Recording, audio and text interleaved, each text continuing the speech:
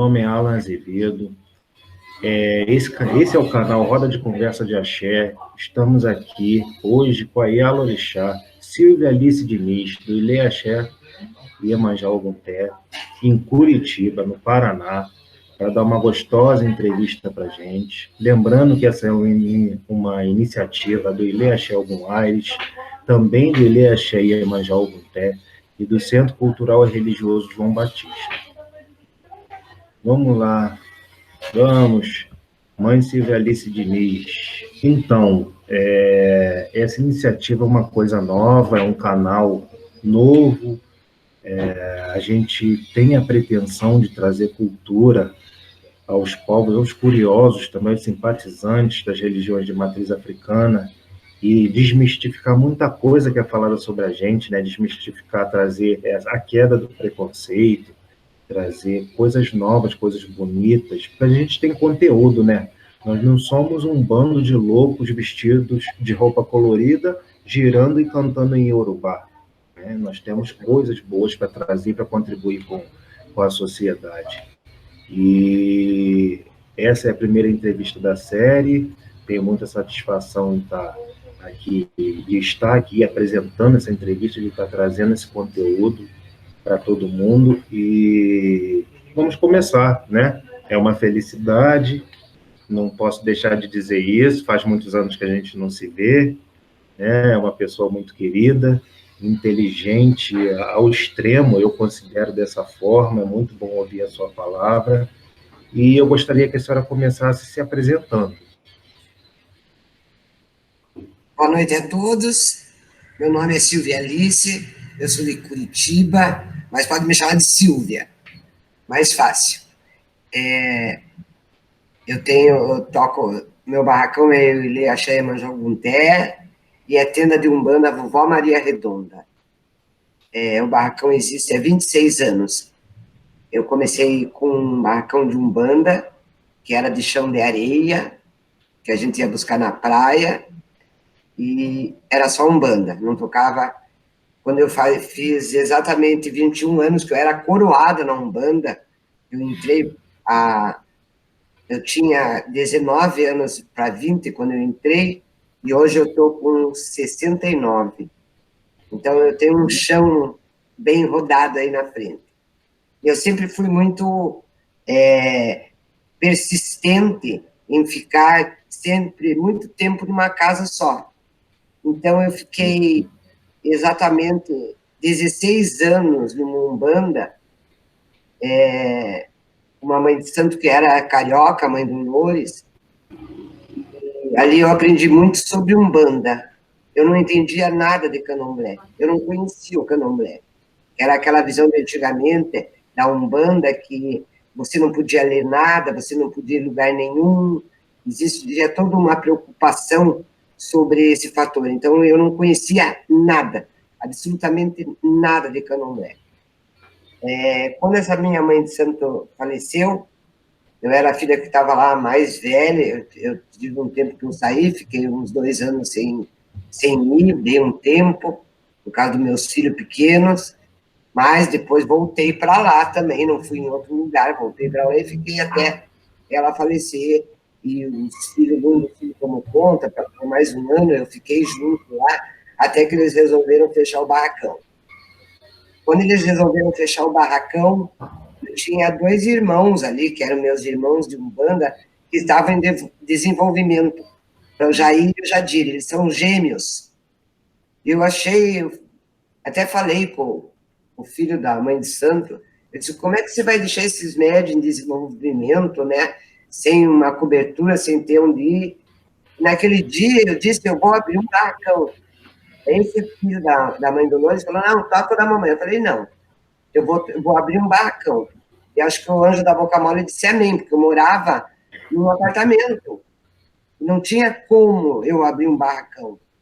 Mas daí eu vim aqui, minha mãe era viva, eu pedi para minha mãe e ela cedeu a churrasqueira.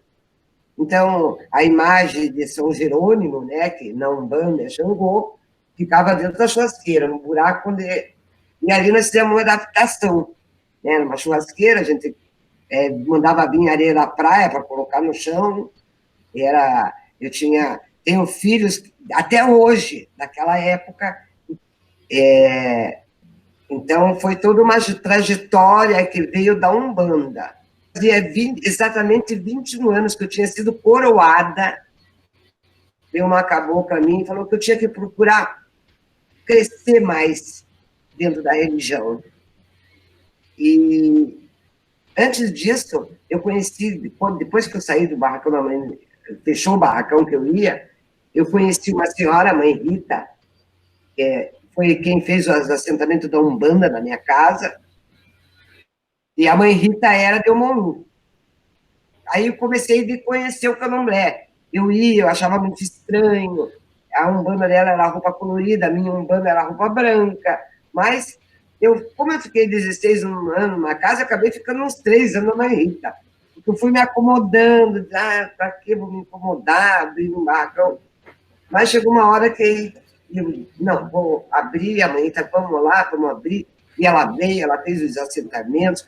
E a primeira vez que eu joguei búzio na minha vida foi com o pai do Fonetinho, de Lugum-Edé. Axé. E lá na mãe Rita. E ele dava as obrigações na mãe Rita. A mãe Rita só tocava Umbanda e dava as obrigações dela. Então, eu participei de umas 3 obrigações que ela deu, um buri. Hoje eu entendo mais do assunto, mas foi uns buri que ela dava e eu participava. E ali foi que eu conheci o candomblé. Mas eu abri o barracão de Umbanda, tenda de Umbanda Vovó Maria Redonda, sabe? E foi mais uns 3 anos, mais até. Eu abri o barracão em 1900 e... O barracão tem 26 anos. Então, quando eu fui iniciada, eu tinha que fazer os meus filhos. Sim. Então, eu sempre fiz meus filhos junto com o pai Celso. Ele vinha para cá. Os primeiros eu fiz com o pai Adalberto. Meus primeiros filhos de santo, que foi, acho que 3 de Aô, se não me engano, eu fiz com o pai Adalberto. Os seguintes, eu já fiz com o pai Celso. Então, o pai Celso vinha, a gente ia na cachoeira, a gente fazia tudo, eu fazia tudo, e assim fui aprendendo durante 7 anos. Eu não fiz um Iaô sozinha antes dos meus 7 anos, só depois. Antes eu não fazia. Quem fazia os Iaô era ele, meu pai, a mão dele e a minha. Aí nas obrigações, já fui dando as obrigações. Mas sempre eu acompanhei. Ele é um excelente pai de santo, tudo minhas dúvidas eu pergunto para ele ainda até hoje, não tenho dúvida, sabe? Mas acho que talvez até a gente se dê tão bem porque ele mora longe. O nosso pai é uma pessoa bem rico em saber, né? Ele tem para dar e vender, e basta chegar a hora certa, né? O momento certo, ele está sempre disposto a dar, né? Oferecer isso aos filhos. Eu acho isso muito importante na conduta dele.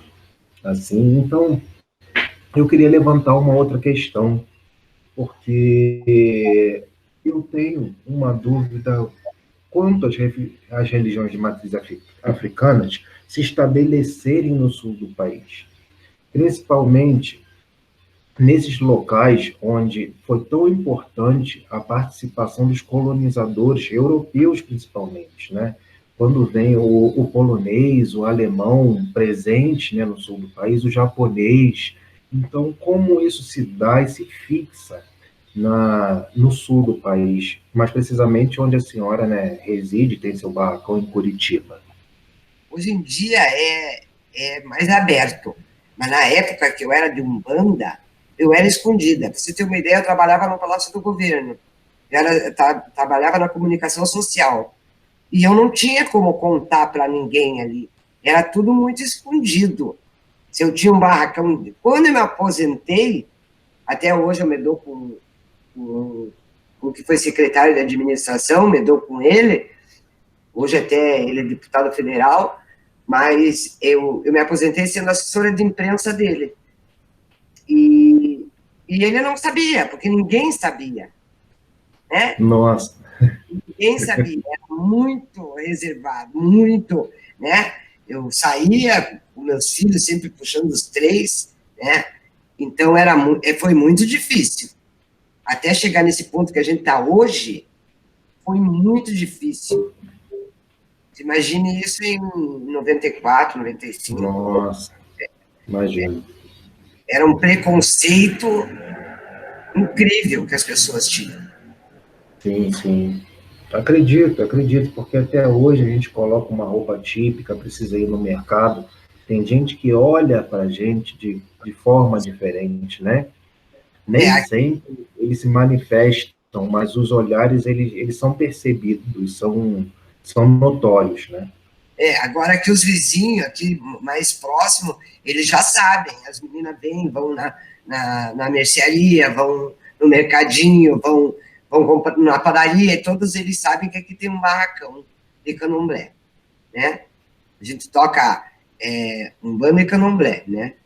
Sei que você vai... Então, então, eu gostaria de saber sobre essa questão, porque a senhora tem um barracão de candomblé, com todos os assentamentos e tudo que é necessário para o funcionamento de uma casa de candomblé, né? Todas as energias plantadas em todos os lugares que se é necessário, né? Então, eu queria saber como se dá essa divisão de cultos, como é que a senhora consegue processar isso na tua casa? Uma casa que toca um bando e toca o candomblé também. Então, eu faço assim. Eu sempre digo para todos que a Umbanda e o Candomblé são duas paralelas. Elas andam próximo, mas não se encontram. Sim, Então, como o Candomblé, você vai fazer uma festa de Candomblé, você já tem uma previsão, uma data, não é? Então, eu fecho a Umbanda, né? A Umbanda eu toco toda segunda-feira, mas, por exemplo, vem agora a época da fogueira, de Xangô, não é? sim, sim. Então, nós não vamos fazer, a Umbanda está fechada, o Candomblé está fechado por causa do coronavírus, mas o que eu faria? Uma semana antes eu fecho a Umbanda. Fecho, as imagens são guardadas e eu fecho. Não tem mais. Aí tem marco o Candomblé, tem a festa Candomblé. Uma semana depois, eu toco outra vez a Umbanda. Mas a minha Umbanda não é uma Umbanda assim, luz apagada, sabe? Aquela coisa assim, folclórica, né? Aquela coisa mais folclórica. A minha Umbanda roupinha pode ser colorida, pode ser, né? Hoje já pode ser colorida, e começa às 7h30 até às 10 horas, acabou, pronto, cada um para sua casa. Né? A Umbanda, eu acho que tem menos comprometimento, né? O pessoal vem para a Umbanda, faz a caridade e vai para casa. O Candomblé, Sim, uma função, nós levamos, às vezes fica fechada a Umbanda mais de 21 dias, fica um mês quase fechada quando tem um iaô recolhido, quando tem uma obrigação grande, não é fecha uma semana, fica na volta na outra, não. Fica fechada, às vezes, por até um mês já fica fechada, já ficou fechada. Por causa o IAO tem que descansar o corpo, daí tem que ter os dias próprios, depois tem que ficar mais um dia, não pode ir na segunda-feira ir embora, só pode ir na terça, e eu sigo a sim, regra, sim. o Pai Celso que me ensinou assim. Então é complicado mesmo, a gente fecha mesmo a Umbanda e toca o candomblé. Daí, quando acaba tudo, se levanta tudo, né? Por exemplo, na semana da festa de Oxalá, né? É uma semana, depois tem que ser mais uma semana, e depois tem que cantar para algum, para tirar o branco. Então, isso leva tempo, é um processo. Então, várias vezes são fechadas a Umbanda para poder tocar o candomblé. Um não se mistura com o outro. Nossa, é uma manobra. E ó, eu digo uma coisa para você, digo uma coisa que eu gosto de dizer para as pessoas. As pessoas, às vezes, diz que Cosme e Damião, que Herê é Herê da Umbanda. Não é, sabe? Não é. Herê tem que trazer o recado do orixá, é uma coisa. Sim, Cosme e Damião, do Pedrinho, Mariazinha, Luluzinha, é coisa de Umbanda. Existe uma diferença entre ser uma entidade da Umbanda, tem até Exu Mirim, que tem na Umbanda, né? E o mensageiro do Orixá, que é o Herê. Sim, Isso, eu às vezes, a gente concordo. perguntando, ai, mas o Herê é Mariazinha? Digo, não é Mariazinha, não é nada. Mas é quem eu pego no Umbanda. Não é quem você pega no Umbanda, é uma outra coisa. Então, tem que ir ensinando as pessoas a diferenciar e poder se fazer essa separação, porque no começo foi complicado, agora a gente já tira de letra. Mas no começo era complicado, parava tudo. Tinha que voltar, queriam voltar, a gente não voltava, entendeu? E tem aqueles filhos que gostam mais da Umbanda, e tem os filhos que gostam mais do Candomblé. Agora, o Candomblé é comprometimento. Sim, sim, concordo. Que bom que a senhora consegue ter esse discernimento, né, separar as duas, são religiões distintas, né? Eu tenho também algumas entidades de Umbanda, já que eu cresci também, e cultuo, não tenho vergonha de dizer, não devo ter, né? Eles me trazem caminho, faço assistência com eles também, mas também de forma separada, com discernimento, né? Com higiene, a gente consegue praticar os nossos cultos, né? Então, assim, eu vejo a Yalorixá Silvia Alice Diniz como uma personalidade regional, né? Uma pessoa que tem opinião, tem inteligência, tem coisas a dizer, tem o que declarar, tem a instruir e a orientar. Eu queria saber como é que a senhora se sente. É a referência das ambas religiões, né? Da Umbanda e do Candomblé, na sua região, na sua... Olha, eu vou ser bem sincera com você. Eu não me acho, assim, uma referência. Sabe como é que eu sou conhecida aqui em Curitiba? Coronel. É isso. Por quê? Porque eu não deixo entrar bebida, porque eu não deixo ter bagunça, porque eu já mandei gente embora do barracão, já mandei gente feita de santo embora. Então, já perguntaram para o filho meu uma vez se ele era filho da Coronel Silvia. Então, mas eu tenho grandes amigos aqui e eu respeito todos e sou respeitada por eles, sabe? Mas tem também, para eu chegar onde eu cheguei, vindo da Umbanda, me estabelecer no Candomblé, não foi fácil. Não pense que foi fácil, foi difícil, porque falaram que eu fazia santo sem ter conhecimento, e eu dizia para todo mundo que meu pai estava junto, porque realmente ele estava junto, e até que começaram a me respeitar. Eu acho que foi a partir do momento que, eu vou até citar o nome dele, que é o pai Cafu, aqui de Curitiba, uma pessoa antiga de santo, ele começou a vir na minha casa, sabe? E ele me respeitava. E as pessoas começaram a ver isso. Então, é uma pessoa de muitos anos de santo, sabe? O Pai Celso conheceu ele, e eu acho que foi a partir daí que eu comecei a ser mais respeitada, a partir da presença dele, que era daqui de Curitiba, uma casa bem antiga daqui. Ele começou de vir aqui, e eu tratava ele muito bem, ele sempre respeitou minha casa, e eu acho que foi a partir daí que minha casa começou a ser mais respeitada, sabe? Eu realmente tenho uma personalidade bem forte, eu não gosto eu acho que a religião é uma coisa, a festa depois é outra, acabou a festa, quer tomar mais? Pode tomar, não tem problema nenhum. O santo está lá fechadinho, não tem problema nenhum. Mas depois, antes nunca, né? Então, eu sou bem rigorosa, eu sou bem chatinha com meus filhos. Eles têm que andar na linha. Sim, precisamos ter uma certa postura, né, para que a coisa flua de forma correta. Não tem como ser de outra forma, né?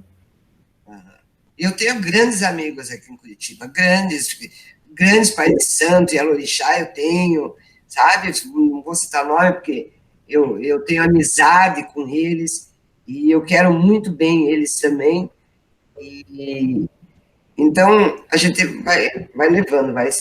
E a gente tem muito desgosto também no candomblé, né? Meu Deus, a gente tem desgosto. É, A religião porque é fascinante, eu acho que o candomblé é fascinante. Tudo tem um porquê, se você reza, se você canta uma folha, tudo tem um porquê. Tá? Mas o ser humano é muito complicado, né? O ser humano não gosta de escutar não pode, não faça, né? Porque hoje em dia, eu acho que junto com a internet, abriu muito leque dos porquês, né? E é muito fácil ele dizer, não, fui feito errado, vou voltar a casa, faço o que eu quero, sabe? Eu já tive muito desgosto. Acho que tudo que é parte tem desgosto. Fica magoado, fica triste, aborrecido, as pessoas são mal agradecidas, né? Então, eu acho que é por aí. Mas a gente é gente. bom, a sua história é muito rica e como uma pessoa experiente, uma pessoa que vem traçando, trilhando esses passos da religião de matriz africana na sua região, eu queria que a senhora trouxesse uma palavra, uma coisa incentivadora ou não, de importante o que a senhora acha de verdade para esse povo que está chegando novo no candomblé, que está chegando na Umbanda, e que está chegando em casas só festeiras, casas sem doutrina. O que é que a senhora tem a dizer para esse pessoal que quer adentrar as religiões de matriz africana? Como eu falei, o candomblé é fascinante, as pessoas se apaixonam pelo candomblé. E o candomblé é tão sábio que o orixá não abre a boca e nem os olhos. Então, ele é uma luz, ele é um clarão, né? E eu acho que as pessoas, antes de entrar, têm que pensar bem se elas querem, porque o candomblé não é para qualquer um, não. O candomblé não é. Porque para aguentar o candomblé tem que ser muito homem, muita mulher, para aguentar, ficar fechado, fazer o que você não está acostumado, comer o que você não gosta. Então, a pessoa para ser recolhida, quando ela vai recolher aqui na minha casa, eu sempre pergunto, no dia que está fazendo, é isso mesmo que você quer? Você tem certeza? Tenho, então vamos fazer. Né? E mesmo assim, depois eles vão embora. É verdade. E mesmo assim, você fala, mas tem aqueles que ficam. Sim, Então, sim. pelos que ficam, tudo vale a pena. Entendeu? Quando você reza por. Eu toda segunda-feira tenho rezado para o mundo, toda segunda-feira, por causa do coronavírus, né? Então, quando eu peço para os meus filhos de santos, e eu peço para a humanidade, sabe? O ser humano está muito, muito frio, muito, sabe? Cada um por si, sabe? O ser humano não pensa no outro mais, eles, sabe? Eu acho isso muito triste, sabe? O candomblé é uma coisa muito séria, e quem é sério fica na casa, né? Então, mas com a chegada da internet, você não pode falar um não para o filho de santo, sabe? Então, se você não está disposto agora, hoje em dia, na de olha, de vez em quando eu vou brigar, eu vou reclamar. Eu falei, você está disposto a aceitar? Hoje eu pergunto isso, né? Porque antes eu só perguntava, e aí, tem certeza? Tem, então vamos fazer, sabe? E as pessoas, com a vida corrida também de algumas pessoas, as pessoas às vezes se afastam. Eu tenho filhos de santo que saíram aqui do barracão e que eu converso até hoje, sabe? Eu tenho uma filha de santo que é de Uiá, eu converso até hoje. Ela chegou para mim e disse: mãe, o meu marido virou evangélico, tá na igreja todo dia. Quando eu venho para cá, cada vez que eu venho para cá, é uma briga. Eu disse: minha filha vai para a igreja com ele. O dia que o Uiá quiser que você volte, você vai saber que vai voltar. Porque Sim, ela, sim. vou perder meu casamento se eu continuar aqui, mãe. Então, são situações e situações, né? Tem um ingrato, né? E tem aquele que a vida leva para outro caminho, né? Que eu acho que tem gente que é iniciada no orixá para seguir a religião. E tem gente que é iniciada no candomblé só porque tinha que cumprir aquela parte da vida dela. Eu gostaria de saber qual é o legado, porque eu acho que conforme essa questão do trabalho na religião, ele vem se tornando longo. Eu acredito que os mais antigos começam a pensar nisso, e eu acho até que a gente devia começar a pensar isso desde bem jovem. Qual seria o legado? O que é que a gente gostaria realmente de deixar para as pessoas que vão ser nossos descendentes, esses que receberam o axé de nossas mãos, né? As pessoas que vão dar continuidade nas nossas casas, nos nossos axés. Qual seria a mensagem de importância que a senhora gostaria de deixar para essas pessoas? Eu queria que eles tivessem fé, muita fé, e acreditassem que o melhor amigo deles é o orixá deles. Melhor amigo que uma pessoa pode ter é o seu orixá. Minha melhor amiga é Iemanjá, né? Axé. Então, eu queria essa fé, que eles continuassem, que eles tivessem força, né? E que eles fossem muito sérios, que eles continuassem uma coisa que vem da nossa ancestralidade e que continuasse levando aquilo adiante, não entrasse no modernismo. Eu sempre falo, quem faz o básico não erra. Quem quer inventar muita moda, erra. Quem quer inventar cantiga, erra. Quem quer inventar comida de orixá, erra. Então, o básico, você não erra. Você não inventa. Eu falo isso para os meus ogãs sempre. Vamos levar o que nós aprendemos com o nosso pai de santo. O pai Omar também lá de Salvador, né, com a Sobá. Axé, para Sobá. Entendeu? Que já veio aqui, veio nos meus 14 anos até. Então, que eles procurem os mais velhos, que eles sentem para conversar. E uma coisa que eu vou dizer, eu digo para eles, eu tenho 2 filhos de santo que têm cargo de Yalorixá e Babalorixá. Eu digo para eles, vocês já estão fazendo o caderninho de vocês? Porque um deles me perguntou, mãe, eu vou ganhar um caderninho? Eu falei, não, eu não ganhei. Eu disse, eu fiz o meu caderninho. Então, vocês já estão na hora de fazer o caderninho de vocês. Agora, Yalorixá, Silvia Alice Diniz, do Ilê Axé Yaogunté de Curitiba, eu gostaria que a senhora trouxesse uma cantiga do seu coração para poder fazer os nossos corações ficarem felizes também. Yaoguo, Yaoguo,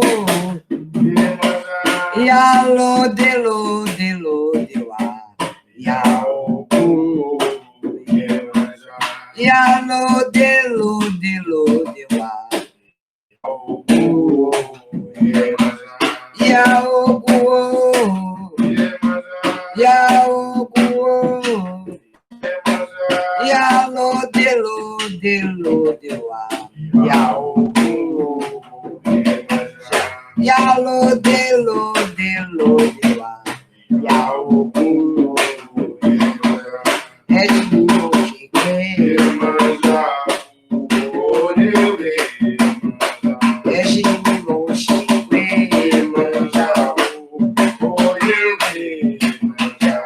de